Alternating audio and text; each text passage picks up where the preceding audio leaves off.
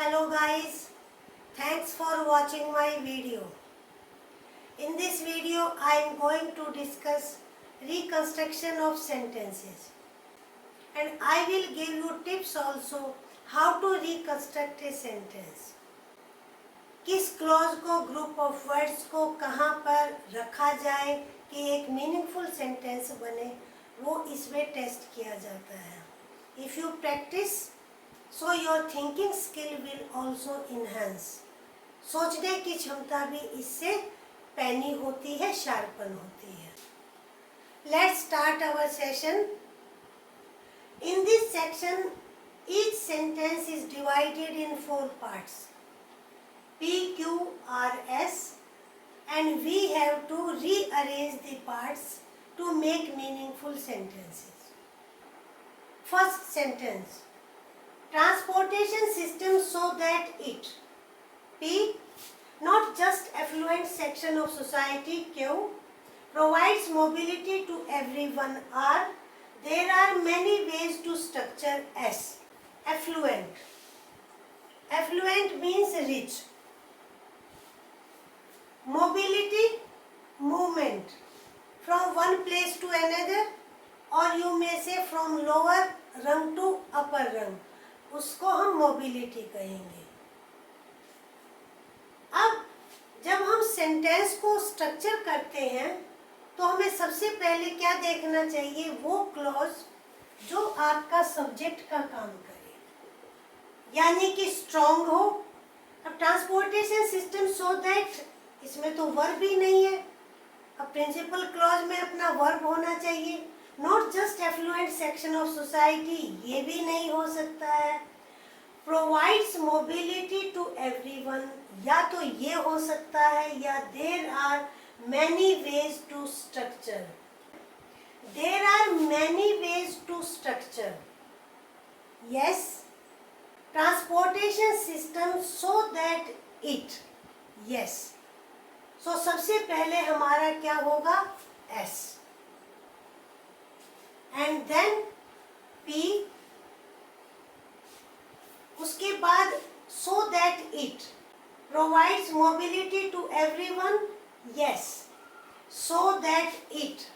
अब आगे subordinate clause आ गई तो इसका ये वर्ब होगा, so that it provides mobility to everyone, not just affluent section of society. SPRQ.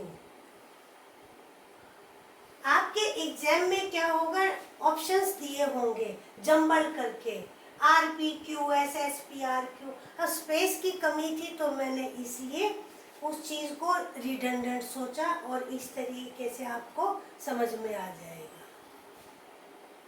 Second sentence, the function of capillaries and other material to all cells in is to take nutrients, oxygen, the body and to take away their waste material. Main clause कौन सी होगी, the function of capillaries. Capillaries thread like tube होती हैं हमारी body में, जो blood vessels carry करने वाली जो वेन्स और आर्टरीज होती हैं उनको कनेक्ट करती हैं, वो कैपिलरीज कहलाती हैं. तो सेकंड हमारा होना चाहिए is to take away nutrients, oxygen. Nutrients पौष्टिक पदार्थ जो बॉडी में है, एंड ऑक्सीजन, इतना है, and other material to all cells in. It means हमारा सेंटेंस बनेगा पी R Q, आगे cells in the body and to take away their waste material. तो ये हमारा आंसर होगा PRQS. आपके एग्जाम में जो भी सीक्वेंस हो वो आपका आंसर हो जाएगा. 1 2 3 4 और ABCD, उसमें आप टिक कर देंगे. Symbolic of peace and prosperity, the Maurya Empire in India is represented through numismatic and literary evidences of multiple kinds. अब numismatic का meaning study of coins and medals. The Maurya Empire in India is symbolic of peace and prosperity represented through, यानी ये जो बात हमने कही है symbolic of peace and prosperity, ये हमें किस चीज़ में देखने को मिलती है? Represented through numismatic and literary evidences of multiple kinds. ये आपका सेंटेंस थोड़ा कॉम्प्लेक्स सेंटेंस है। अब एक दो सेंटेंस तो आपको ऐसा मिलेगा ही। हर लेवल का सेंटेंस दिया जाता है, हर लेवल के कैंडिडेट को टेस्ट करने के लिए, average, above average, below average, तो ऐसा सेंटेंस आपको मिलेगा 1 और 2 और 3 sentences. Next one, you can't जज very intelligent but a book by its cover he doesn't look. He doesn't look,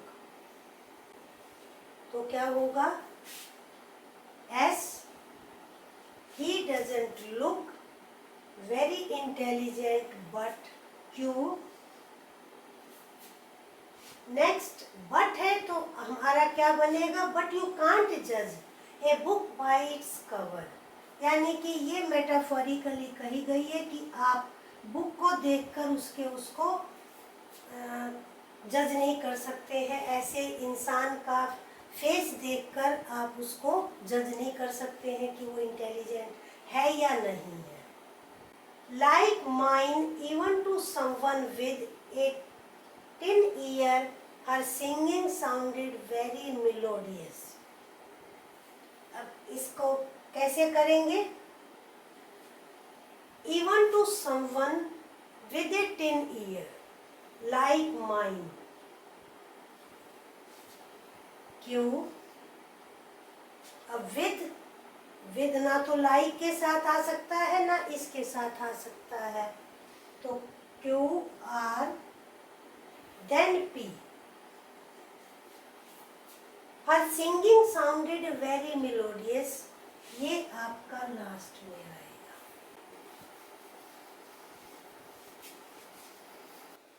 इस सेक्शन में थोड़ा पैटर्न डिफरेंट कर दिया है। आपके एग्जाम में दोनों पैटर्न आ सकते हैं। इस पैटर्न में कैंडिडेट को सपोर्ट मिल जाता है, थोड़ा इजी हो जाता है, क्योंकि बिगिनिंग सेंटेंस की एग्जाम में दी हुई होती है। How the sentence will be? Domestic fires in Indian villages lit in chulhas. सबसे पहले आपका होना चाहिए S, are wasteful.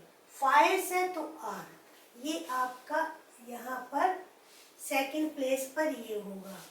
Are wasteful as the heat is dispersed in unhealthy smoke. वो वेस्टफुल क्यों है? क्योंकि जो हीट है वो डिस्पर्स हो जाती है। डिस्पर्स का क्या मीनिंग है? Go in different direction.